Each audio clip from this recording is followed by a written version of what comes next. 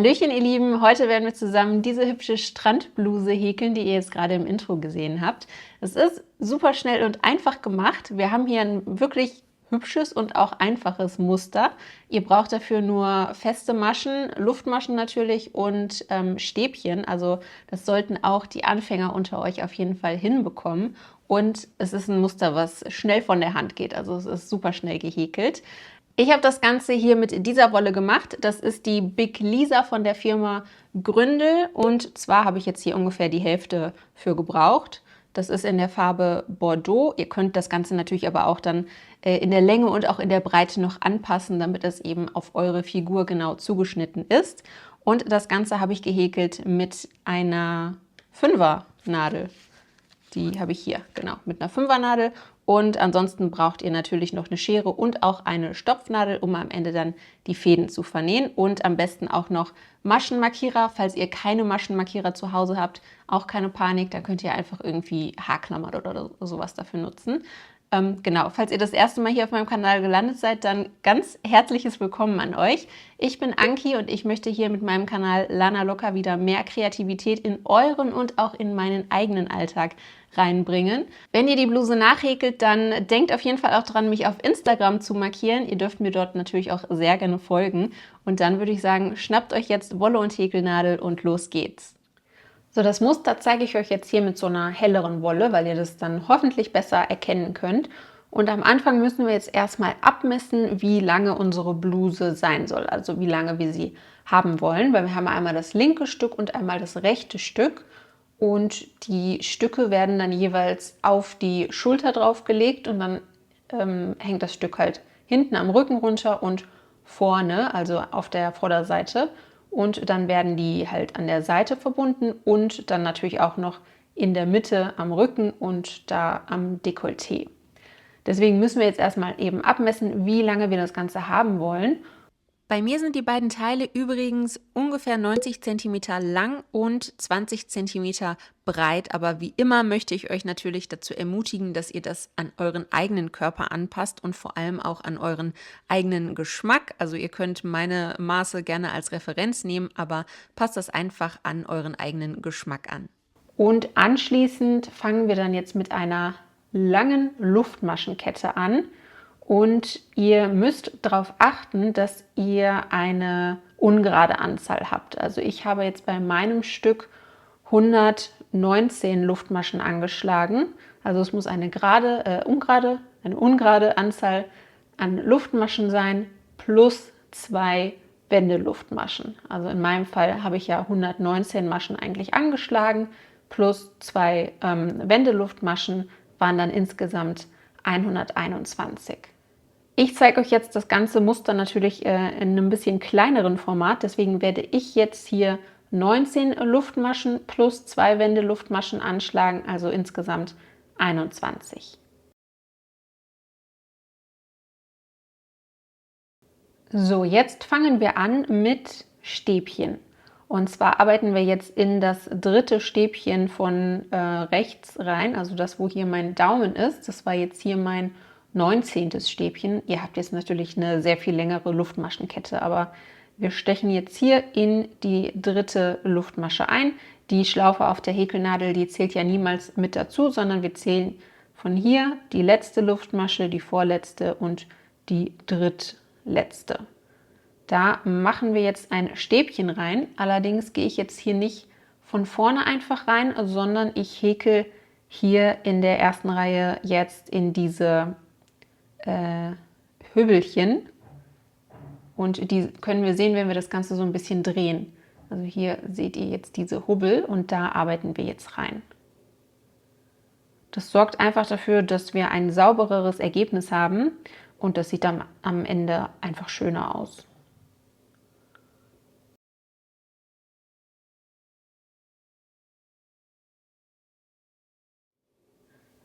Und jetzt hier noch unser letztes Stäbchen in das letzte Hübbelchen.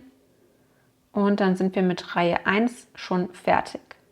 Anschließend machen wir jetzt eine Wendeluftmasche und drehen unsere Arbeit um.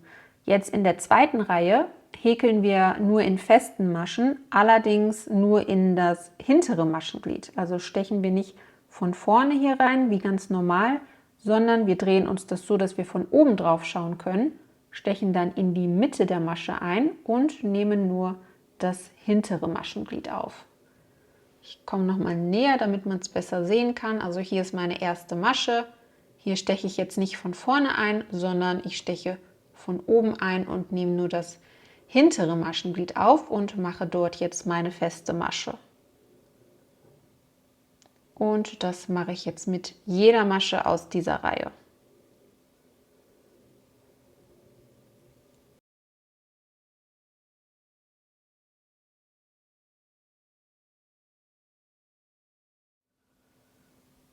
So, ich habe jetzt hier noch meine letzte Masche. Auch hier gehe ich nur in das hintere Maschenglied und mache meine feste Masche. Das war Reihe 2. Jetzt kommt Reihe 3 und die starten wir mit 4 Luftmaschen. 1, 2, 3, 4. Jetzt drehen wir das Ganze um und diese 4 Luftmaschen, die gelten jetzt als erstes Stäbchen plus eine Luftmasche. Als nächstes überspringen wir jetzt eine Masche, also diese hier, und gehen weiter zu dieser und in diese Masche häkeln wir ein Stäbchen rein.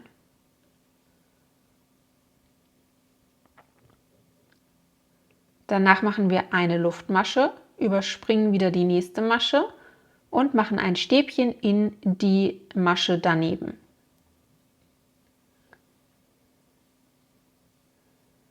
Danach kommt wieder eine Luftmasche. Wir überspringen die nächste Masche und daneben in die Masche kommt dann wieder ein Stäbchen. Und so macht ihr das jetzt immer im Wechsel, bis ihr dann am Ende angekommen seid. Ich habe jetzt hier mein vorletztes Stäbchen. Jetzt kommt wieder eine Luftmasche.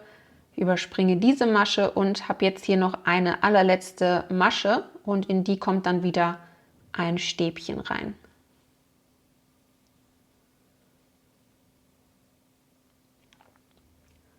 Das war jetzt schon Reihe Nummer 3. Dann zeige ich euch noch Reihe 4. Die startet wieder mit einer Luftmasche. Wir drehen das Ganze um und in dieser Reihe häkeln wir jetzt wieder feste Maschen, nur in das hintere Maschenglied. Also drehen wir uns das wieder so um, dass wir von oben drauf schauen können.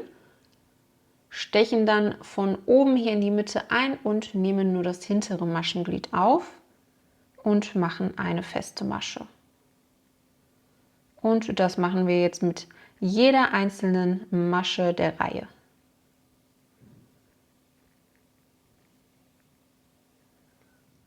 So, hier am Ende ist nochmal wichtig, dass wir die korrekte Anzahl an festen Maschen jetzt reinarbeiten.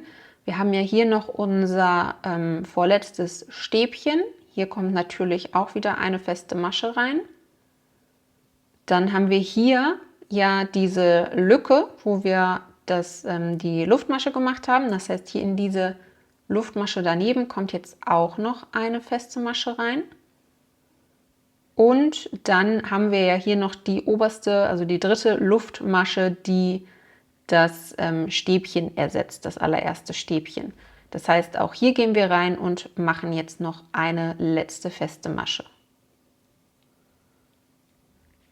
Und das war das Muster. Jetzt fangt ihr wieder mit Reihe 1 an. Also das ist dann eine Reihe wieder mit Stäbchen nur. Und dafür startet ihr dann jetzt hier erstmal mit 3 Luftmaschen. Dreht das Ganze um. Und diese 3 Luftmaschen, die ersetzen jetzt schon das erste Stäbchen. Das heißt, hier in diese erste Masche kommt jetzt nichts mehr rein, sondern wir gehen dann weiter zu der Masche daneben, also zu der hier, wo mein linker Daumen ist. Und da kommt jetzt dann wieder ein Stäbchen rein und dann häkeln wir einfach in jede Masche ein Stäbchen rein. Und so geht es dann halt immer weiter, bis ihr die gewünschte Breite von eurer Bluse erreicht habt. So, ihr legt euch jetzt euer eines Teil so zusammen, also ihr klappt das hier einfach zusammen.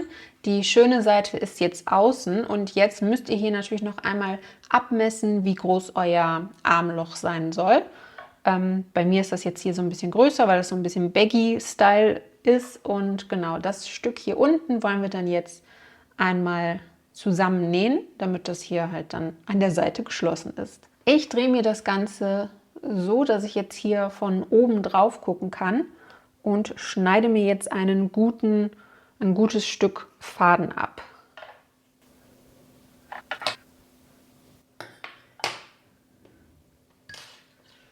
Das fädel ich mir auch direkt auf meine Stopfnadel drauf.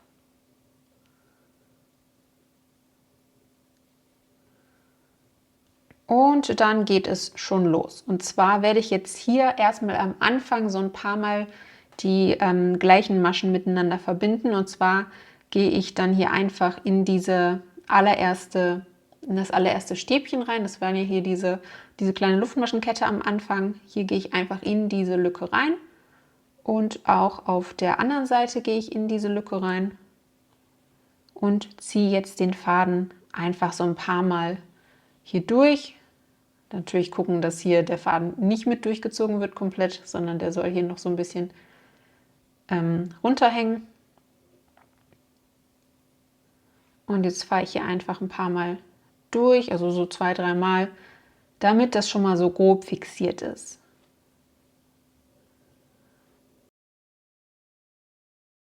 So, dann gehe ich jetzt als nächstes zu der ersten Masche. Wir haben jetzt hier auf der vorderen Seite unsere erste Masche und hier ist die erste Masche auf der hinterliegenden Seite.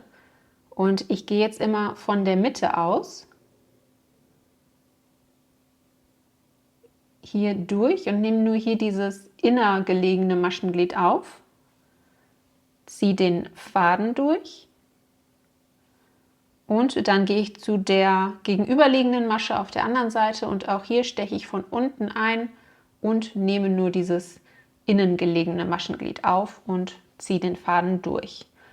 Aber ich ziehe den Faden jetzt noch nicht wirklich fest, sondern halt nur so, dass es locker jetzt geschlossen ist, weil ich am Ende das Ganze dann nochmal ganz fest zuziehe. So, wir haben jetzt hier auf dieser rückliegenden Seite zuletzt die Masche aufgenommen. Jetzt gehe ich hier auf dieser Seite weiter zu der nächsten Masche und auch hier steche ich jetzt von innen und von unten ein und nehme nur dieses innergelegene Maschenglied auf, ziehe den Faden grob durch und dann gehe ich hier zu der gegenüberliegenden Seite wieder, also zu der vorderen Seite, und auch hier gehe ich jetzt von unten und von der Mitte hier von unten durch das innen gelegene Maschenglied und ziehe mir den Faden durch. Jetzt bin ich ja wieder auf dieser Seite, das heißt, ich mache jetzt hier weiter mit der nächsten Masche. Auch hier gehe ich jetzt von unten und von innen nur durch das innen gelegene Maschenglied durch und verbinde das Ganze mit dem gegenüberliegenden Maschenglied. Und so verbinde ich das Ganze jetzt eben, bis ich dann an meiner Markierung angekommen bin. Und zwischendurch könnt ihr den Faden dann schon mal eng ziehen. Also wenn ihr ein paar Maschen miteinander verbunden habt, dann könnt ihr hier an diesem Faden ziehen und dann schließt sich das Ganze nochmal. Und so sieht es dann aus. Am Ende könnt ihr dann ruhig mehrmals durch dieselben Maschen nochmal durchfahren, damit das Ganze halt dann auch wirklich gut verschlossen ist und nicht mehr aufgeht. Und dann brauchen wir hier nur noch die Fäden zu vernähen. Dafür drehe ich das Ganze mal um, dass ich von der inneren Seite, also von links drauf gucke. Und dann vernähe ich das Ganze hier auf der linken Seite. So, das gleiche macht ihr jetzt noch für den mittleren Teil, also für das hier. Nur mit dem Unterschied, dass ihr das jetzt nicht an einem Teil miteinander verbindet, sondern dass wir jetzt hier dieses linke Teil mit dem rechten Teil verbinden. Und hier ist halt dieser Innenteil, da müsst ihr euch auch einmal abmessen, wie groß der Ausschnitt hier sein soll, also wo ihr das Ganze dann zusammen verbinden wollt. Und dann habe ich mir das hier auch einmal markiert, also das ist das Vorderteil, das ist das Hinterteil. Und genau, dann lege ich mir das Ganze jetzt so hin, dass ich hier mit dem Vorderteil anfange.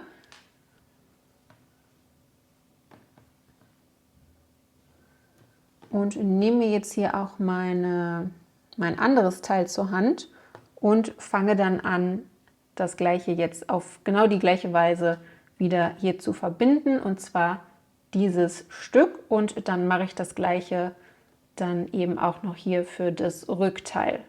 Am Ende müsst ihr natürlich dann noch dran denken, hier die losen Fäden zu vernähen, und dann könnt ihr eure Bluse auch schon tragen. Wenn euch die Anleitung gefallen hat, dann schenkt diesem Video doch sehr gerne ein Like, einen Kommentar und auch ein Abo. Damit unterstützt ihr mich und meinen Kanal dabei, noch weiter zu wachsen. Hier seht ihr jetzt noch weitere Anleitungen, die ihr auch sehr gerne nachmachen könnt. Und dann sehen wir uns im nächsten Video wieder. Bis dann!